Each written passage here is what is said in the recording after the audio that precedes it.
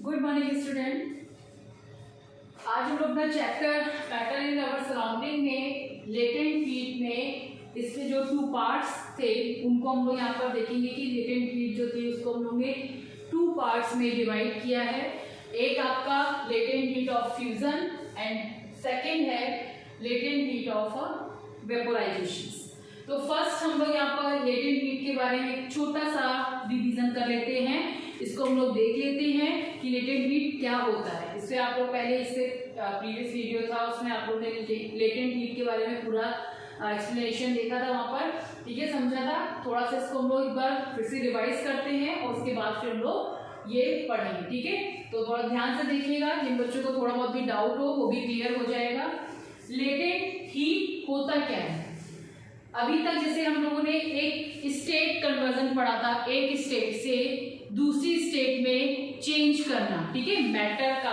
तो आपने सॉलिड से लिक्विड, लिक्विड से गैस, गैस से लिक्विड, ये आपने कन्वर्जन वहां पर पढ़ा था कि किस तरह से हम लोग एक स्टेट से दूसरी स्टेट में चेंज करते हैं। वहां पर टेम्परेचर जो था एक बहुत ही इंपॉर्टेंट रोल जो था वो प्ले कर रहा था, क्योंकि जो स्टेट कन्वर्ट हो रही थी वो टेम्परेचर के कारण हो रही थी, है ना, प्रेशर एंड टेम्परेचर। तो टेम्परेचर जो हम लोग जब बढ़ाते थे या कम करते थे उससे स्टेट में चेंजेस आते थे। लेटेंट हीट जो है उसका अगर हम मीनिंग की बात करते हैं तो उसकी डिफाइन से डेफिनेशन आएगी, तो उससे पहले हम लोग इसकी मीनिंग देखते हैं कि इसकी मीनिंग है क्या। लेटेंट हीट जो है उसको हम लोग हिडन हीट के नाम से भी जानते हैं ना। हिडन मतलब छुपा हुआ। अगर हम लोग कहीं हिडन फॉर्म में बात करते हैं कि जो दिखाई ना दे, एक्चुअल में जो चीज दिखाई ना दे, ठीक है, तो वो हिडन हीट होगी।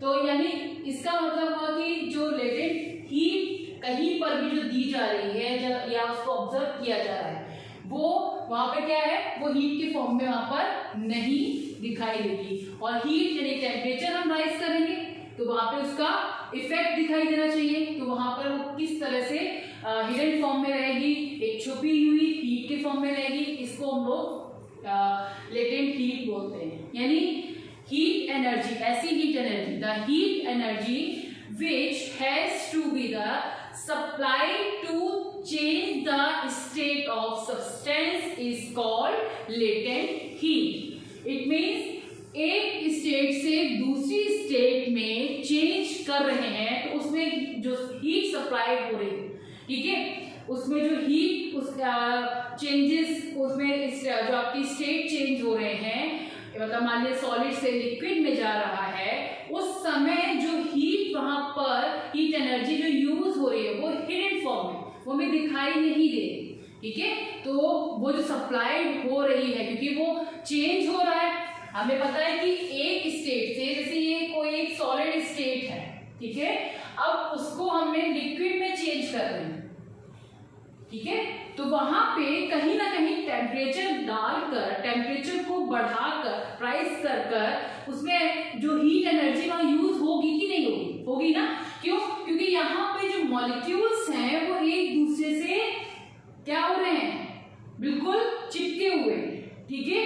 तो अब ये लिक्विड फॉर्म में है, यहाँ पे जो इनके बीच का जो अट्रैक्शन फोर्स है वो क्या होगा, वो ब्रेक हो रहा है, वो यहाँ पर लिक्विड स्टेट में आ गया, ठीक। अब जो लिक्विड स्टेट में आया है तो यानी कि हीट एनर्जी तो वहां यूज हुई ना, अब वो सप्लाइड हुई, ठीक है। अब उसका जो वो सप्लाइड हुई वो किसमें हुआ है, कैसे हुआ है, वो change the state of substance, ठीक है, एक स्टेट से दूसरी स्टेट में चेंज करने की, लेकिन वो हमें वहां पर दिखाई नहीं दी, है ना।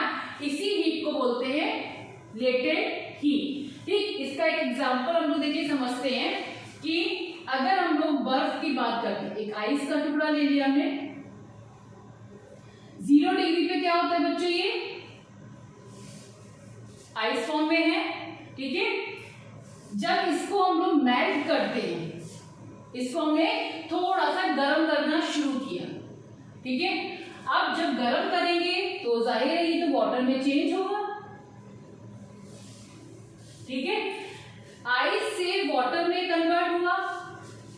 वाटर जो है जब तक आइस पूरा वाटर में कन्वर्ट नहीं होगा, ठीक है, तब तक वहां पे जो टेम्परेचर होगा वो 0 डिग्री ही रहेगा। ठीक, यानी अगर हम बात करें कि इसका आइस का जो टेम्परेचर है वो 0 डिग्री है और ये वाटर में कन्वर्ट हो रहा है, तो वाटर में जब कन्वर्ट हो गया तो उस समय भी इसका 0 डिग्री। ठीक, लेकिन अगर हम हीट की बात करें, है ना, तो यहां पर यहां हीट ज्यादा होगा, क्योंकि अब देखिएगा जो आपका टेम्परेचर आप दे रहे हैं, क्योंकि आपने टेम्परेचर दिया इसमें, ठीक है, आप टेम्परेचर दे रहे हैं या फिर आपने 0 डिग्री से निकाल कर उसको एक रूम टेम्परेचर पे ले आए हैं, इसका जो टेम्परेचर है उसको तो बढ़ाया है ना आपने, पहले ही फ्रिज में रखा, आप उसको बाहर निकाल के आपने रख दिया। ठीक है, तो टेम्परेचर यहाँ का और यहाँ का अंतर है, बिल्कुल अंतर है। तो इस टेम्परेचर में यहाँ पर जो सॉलिड पार्ट था वो एकदम उसके मॉलिक्यूल्स जो थे वो सॉलिड में कैसे होते हैं, वो एक दूसरे से बिल्कुल सटे। ठीक, इसका टेम्परेचर 0 डिग्री था और यहाँ जब रखा हमने तो उस समय 0 डिग्री पर ये आइस फॉर्म में है, बर्फ जमा हुआ है, धीरे धीरे वो मेल्ट हो रहा है।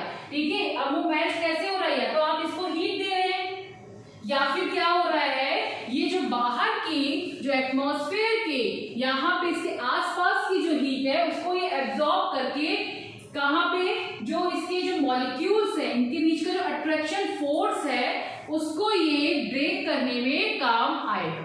ठीक है, यानी अगर हम इसको नीचे से हीट देना शुरू कर दें, यहाँ पे हमने बर्नर लगा दिया है और इसको हीट देना हमने शुरू किया, तो ये जो इसमें अगर हम थर्मामीटर डालते हैं तो इसका टेम्परेचर हम जब नोट करेंगे तो देखेंगे कि इसका टेम्परेचर 0 डिग्री ही रहेगा। कब तक, जब ये आइस जब तक कि पूरी वाटर में कन्वर्ट नहीं हो जाएगी।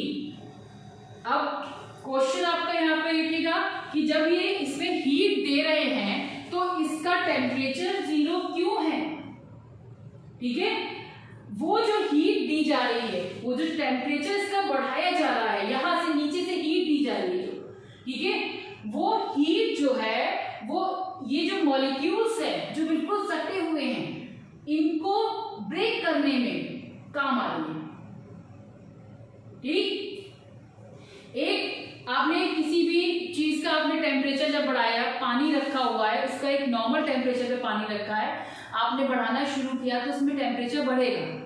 ठीक है, वो बढ़ना शुरू हुआ।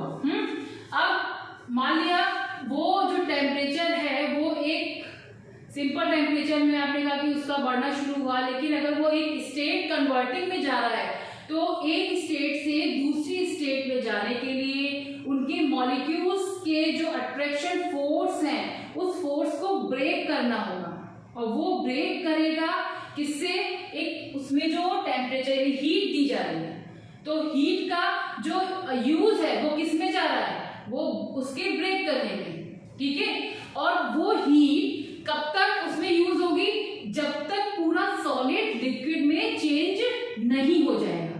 जैसे ही वो लिक्विड में चेंज होगा तो वो हीट जो होगी वो किस में अब आ जाएगी, वो सिंपल टेम्परेचर में बढ़ना शुरू हो जाएगी। जैसे यहाँ पर जो ये आइस था, ठीक, अब ये जो आइस है जब तक इसमें टेम्परेचर दिया जाए, जब टेम्परेचर बढ़ा इसका हीट दी जा रही है तो इसका 0 डिग्री तब तक रहेगा जब तक कि ये सारे मॉलिक्यूल्स जो है वो लिक्विड में ना चेंज हो जाए, अलग अलग ना चले जाए। जैसे ही ये लिक्विड में चेंज हो गए, ठीक है, वैसे ही इसका जो 0 डिग्री वाला टेम्परेचर है वो बढ़ना शुरू हो जाएगा और 1 2 3 4 पे बढ़ना शुरू हो जाएगा। फिर वो धीरे धीरे बढ़ता बढ़ता आपका आगे आ जाएगा। तब तक कब तक आएगा, जब वो 100 पे होगा तो वहां पे क्या आएगा, तब तक वो वाटर यानी लिक्विड फॉर्म में, और 100 से ऊपर जब जाएगा तो वो किस में चेंज हो रहा है, वेपर्स में। फिर यहाँ पर क्या आ गया, लिक्विड से वेपर्स यानी कि एक और स्टेट से दूसरी स्टेट में कन्वर्ट हो रहा है।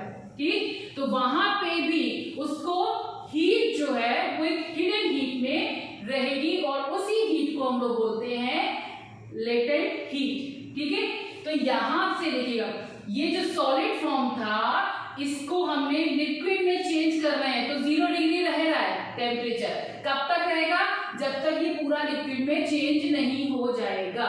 जैसे अगर आपने एक बर्फ का टुकड़ा लिया, फ्रिज में रखा है, फ्रिज से बाहर निकाला, वहां जहां पे भी आपने रखा, जिस बाउल में रखा, जिस सरफेस पे रखा आपने, वो तब तक उसका आप देखेंगे उस बाउल में आप टेम्परेचर के लिए एक किससे मेजर करेंगे, किससे मेजर करेंगे टेम्परेचर को। अगर हीट को हमें देखना है तो वहां टेम्परेचर ही लेना पड़ेगा ना उसका, ठीक है।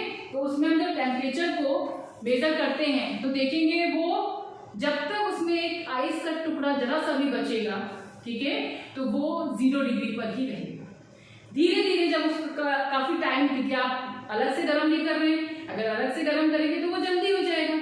रूम टेम्परेचर पे रखेंगे तो थोड़ा सा टाइम लगेगा।